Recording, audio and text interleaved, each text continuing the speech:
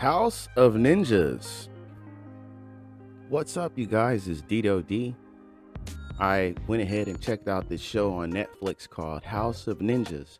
It came out back in, I believe, February, and I slept on the show, which I never should have did. Never should have did. Finally watched this show, and I was very impressed, especially with the first episode. Not especially alone with the first episode. I just mean that watching that first episode, I was drawn in right away. And the thing was, when I turned it on, I was doing other things, and the show was playing, and then something happened that caught my attention, and I started paying attention to the show and had to run it back from the beginning, start over, and watch the whole thing. Knocked that show out in about 2 days. Man, everything they did was exactly what I would want to see from a show about ninjas. Growing up, I used to watch American Ninja. I used to watch the Van Damme Ninja movies. The guy that was in those Van Damme Ninja movies that Van Damme fought, he did his own ninja movies. Outside of that, he was supposed to actually be a ninja. I don't remember the man's name, but those were awesome movies to watch. And I used to love all this stuff. And for a long time, I felt like we don't get enough ninja action these days. This show took it to a different level. Now, I've talked to friends about ninjas being in existence today and what it would be like. And that's what this show was. So amazing.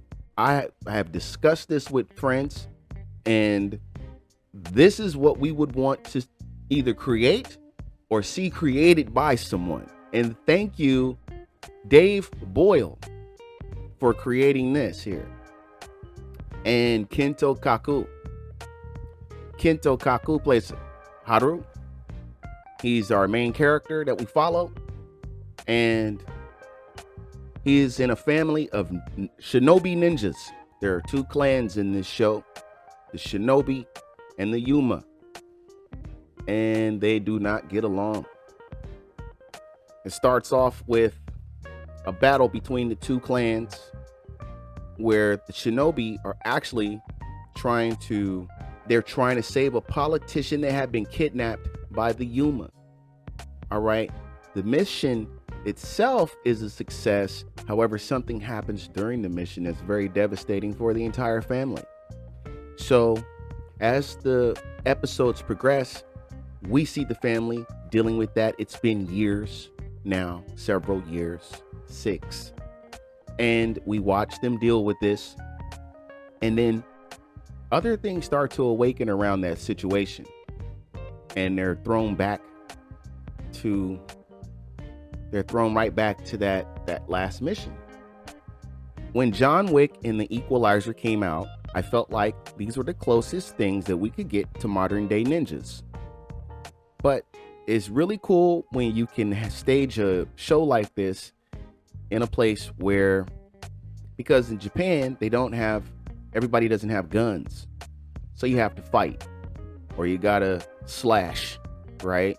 And you get a lot of sword action, you get some great fight action, but you also get a really strong family dynamic in the show. There's times when I really felt like they were an actual family, and they were very lovable. Everyone's likable. Another thing I really enjoyed about the show was that every single character had a mission. So this show is about ninjas. And ninjas, they gotta do their mission. But what's interesting about the writing of this show is every single character is giving something to do. Every time you're watching somebody, they are on a mission. All the way down to the grandson who's like 10 years old. And that makes the show more engaging, funner to watch.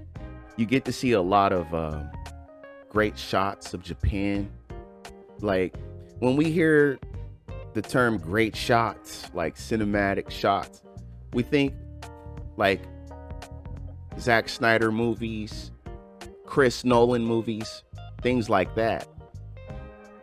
This may not be on that scale to where there's so many things in the shot that it looks so grandiose.